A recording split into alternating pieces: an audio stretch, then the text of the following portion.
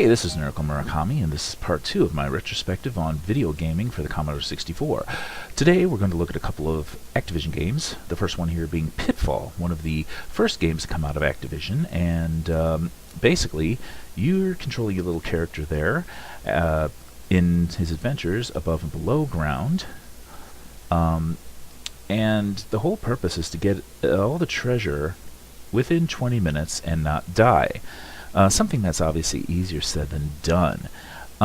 This game was a very interesting sort of side-scroller, and let's get started here. You basically are just running and jumping along to try and get... oh, crap. To get yourself around. Of course, falling doesn't necessarily kill you, but it will take points away, as will running across logs. You do have some lethal... dangers, just like that one. Yeah, hitting a scorpion, bad thing. Hitting a snake, definitely a bad thing. Oh yes, the alligators. And, yes, a lake. I think it's worth pointing out that I have not actually played any of these games for the 64 in a long time, several years. Oh, man. Well... but we can always start again. So this was very interesting. I mean, it wasn't... oh, man. This is turning into something of a showcase of just how badly one can suck at a game when they haven't played in ages. I'm not actually doing it this time, but you could actually jump from alligator to alligator, provided, of course, you landed on their heads. But I mentioned this as something of a side-scroller. Oh, yeah, that was a good example there. If you run across the logs, you will lose points based on how long you were, stumbling across the log. So, getting back to what I was saying, it's not so much a side-scroller as the background doesn't necessarily scroll along as your character stays in one place.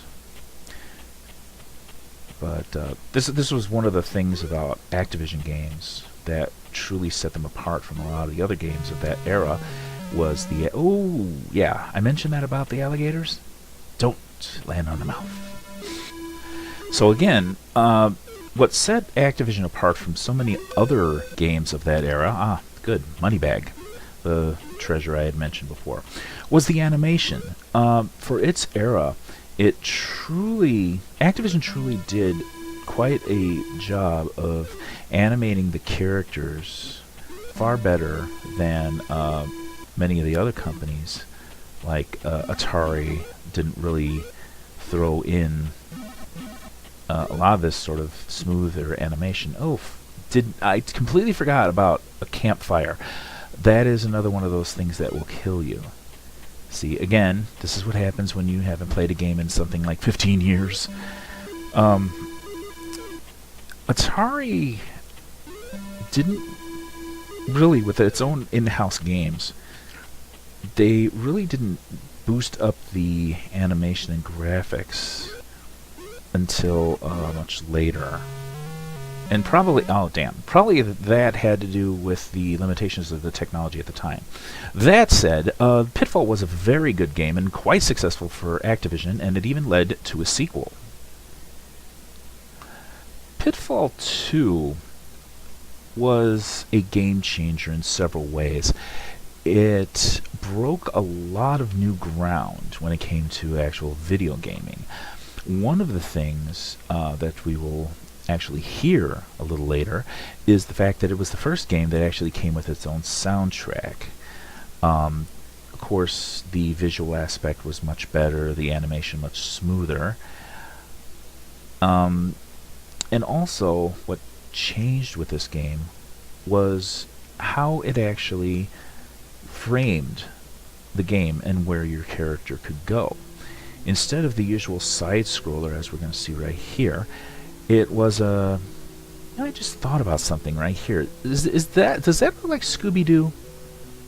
I know, weird thing to think about when you're trying to do this. Anywho, unlike Pitfall and many of the other sort of side-scroller adventure-type games, you had your usual dangers, like, flying buzzards and whatnot, and you did have an end goal, of course.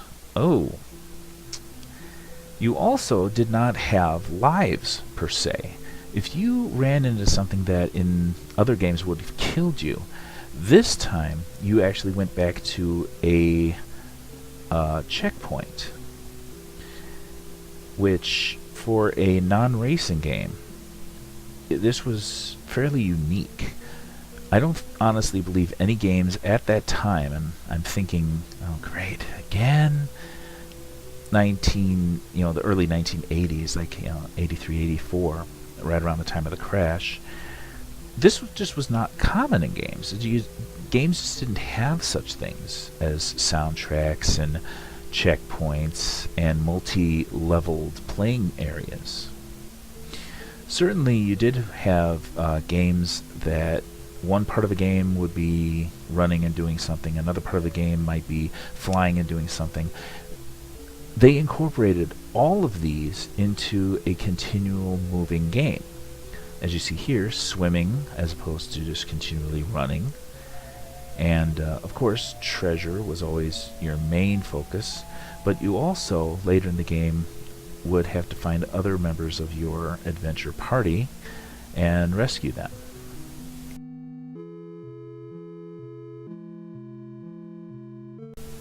In other games in that era, they would transition your environment, in stages.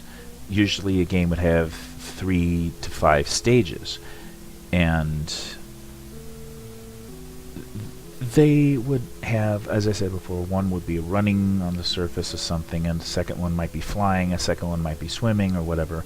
All of that was incorporated here, as well as, I said, checkpoints, which, given the scope of this game, was necessary, or otherwise, every single time you died, you would end up way back at the beginning and have to start all over again, which would have been even more frustrating for the player than it may have been, especially if you get a good distance, you're right over by the checkpoint, and you die. Another thing about this game, unlike the original Pitfall, you had considerably more treasure. It seemed like you would see it all over the place. Oh yeah, frogs. I distinctly remember how much I hated dealing with those frogs, because they always seemed to kill me. Even during this playthrough, I ran into that situation of cursing the frogs. Similar to Pitfall, of course, if you fell, you would lose points upon hitting the surface.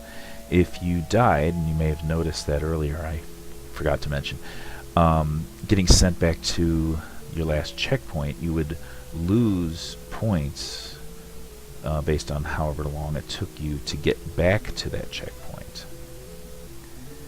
And it's actually far more common to do that than I imagined. You'll see that a little later on. And I probably should have mentioned this earlier.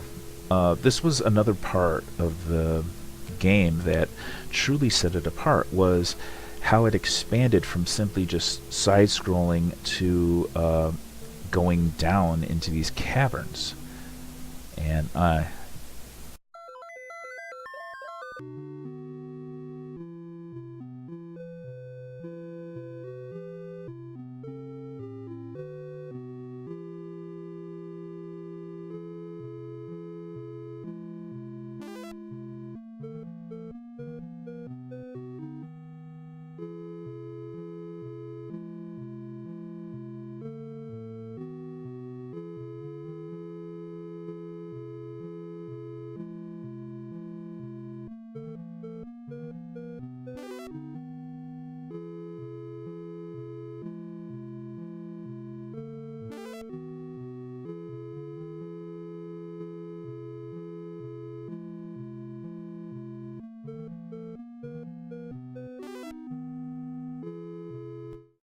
Oh damn, here we go again.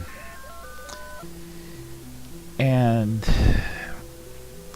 again, it's amazing after all these years a game like this could actually still have appeal to me. Oh, let's go back and look at that again.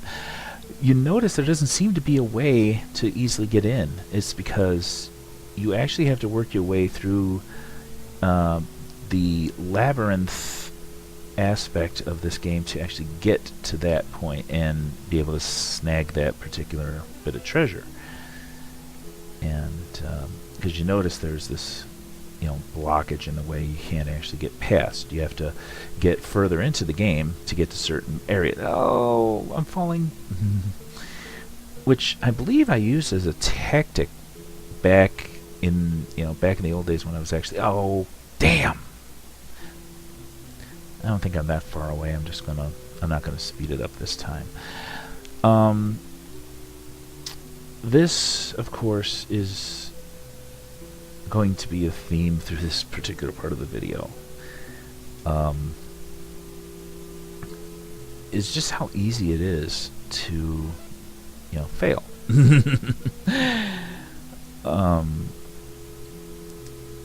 It really is admirable, again, what they were able to do with the limitations of their technology.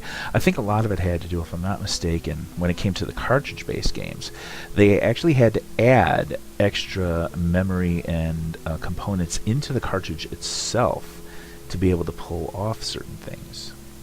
I think you only had a very limited amount of memory for instruction in a cartridge. It was a lot easier to deal with something like this on the Commodore 64, where you had, of course, 64K of random access memory, which compared to a system like the Atari 2600 was it was immense. It was like it was kind of like comparing the old 100 meg hard drives to the multiple gigabyte. Oh.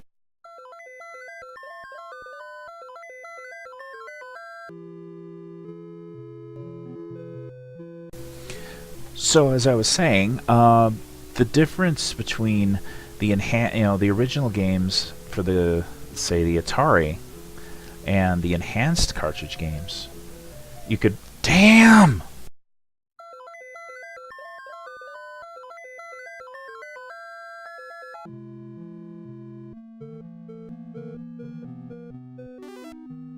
Thinking about it again, it wasn't so much the comparison between smaller versus larger hard drives. A lot of it was capacity for memory and how much memory you could actually utilize to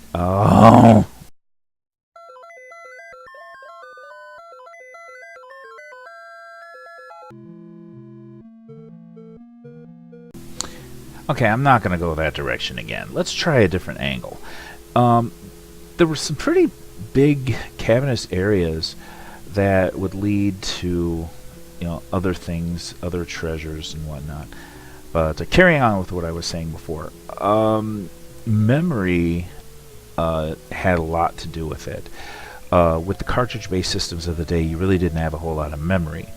One of the things about the Commodore 64 that truly made it such an incredible machine was the simple fact that it had 64 kilobytes of RAM, which was immense for that day. You really didn't have a lot of oh good, a new checkpoint. This will make things a lot easier on me, I think. Yeah, right. But that was just a huge amount of memory for its time. And the gaming, not just Activision games, but okay, I'm good. But Activision games, along with so many others, truly took advantage of that large amount of memory and did really incredible things with it. Not just Activision, but so many other gaming companies that were out there in the late 70s, early 80s, came up with some truly innovative gameplay, remarkable methods of coding and compression to be able to do far more with what they had. They were really pushing the envelope when it came to gaming back in that day. And as I've said before, Activision was truly one of those games that did this. And it's how else do I say it? It is one of the reasons that I ended up focusing on this particular game for so long, is because there was so much of it. And other than the crap, well, that didn't exactly go the way I wanted it. So okay, I think I'm going to take the easy way to get back to the checkpoint. Ta-da! This was something else about the checkpoint system that I remember utilizing quite a bit. Was if I was fairly close to a checkpoint and I screwed up like that, just run into something lethal, and there you go. So let's head ourselves back in. There was another point about this game, as I said, that it really broke new ground in so many ways. This was a game that was such a leader in oh damn, no. Okay, if I can stop completely sucking at this game for a few minutes. Jeez. Just let this one go normal. I think one of the things that truly made it unique was the fact that this game was huge. Most games had a lot of repetition to them. I mean, grant you, yes, this did have a son of a bitch. So let's try something a little different here. As I said, there were these cavernous areas, which I'm thinking would lead you... really? And relying on my less than reliable memory, something has me thinking I had to jump off and go, alright, well, apparently I was wrong. This, I think, was the part that has me attracted to the game again, and why I am devoting so much time to it, is, as I said, the scope is huge. You just keep going, every time you think, okay, well, the game's probably going to be over in the next scene or two, and it just keeps going. It very much was a predecessor to the modern graphic adventure games. But, oh, damn.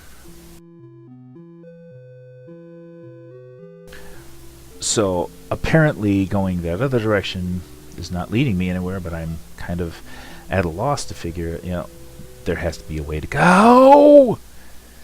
Have I mentioned it's been a long time since I played this game? But again, talking about the scope of the game, many adventure-style games did not go as... Oh, really? They didn't go as far, I think, in, where you could go and what you're looking for. All the gold. Jeez! What the hell? I mean, I know that I haven't played this in ages, but really? It's like, how damn many times can I get killed in this game?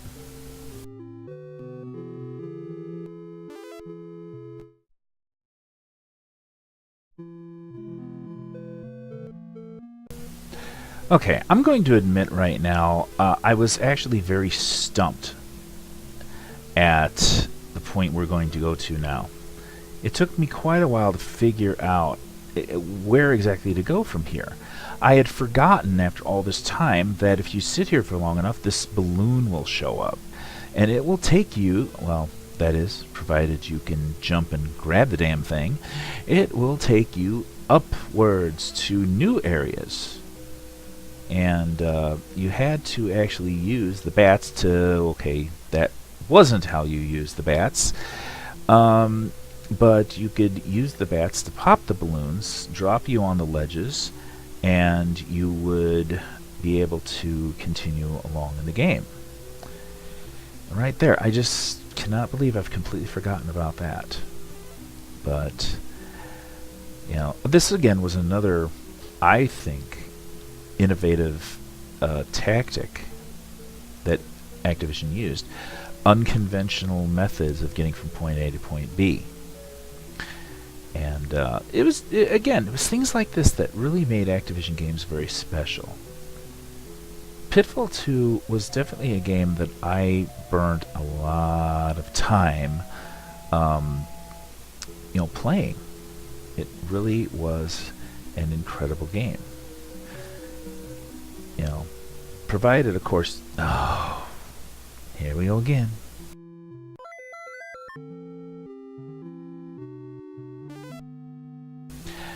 Provided, of course, you don't die over and over and over and over and over and over, as I seem to be doing. But that aside, there was so much about this game, so many different things you could explore. This was unlike any other game of its time, and I really did enjoy it. So, yeah, I'm probably going to end up killing off a lot of my own time just, saying to hell with the modern games. I'm going to go back and play this thing, because I enjoyed it that freaking much. It was a lot of fun. There was a good amount of challenge. I mean, even compared to the modern games of today, what's not to like? I could see Activision actually doing a reboot, doing a modern interpretation of Pitfall. Of course, for all I know, is they may have, and I just missed it. But yeah, this is definitely a game that has pretty good memories. Of course, as long as I wasn't getting my ass killed or falling into the water. Well, let's use my favorite tactic and just get myself right here to my checkpoint. Okay, that's pretty bad when I can't even grab onto an electric eel. There we go. So, well, I'm going to leave the game here pretty much. I was hoping to do several other Activision games, but as you can see, this one just really had a lot going for it and a lot to talk about. So, hope you enjoyed this installation of my retrospective, and I will see you again very soon. I'm Nerikull Murakami. See ya.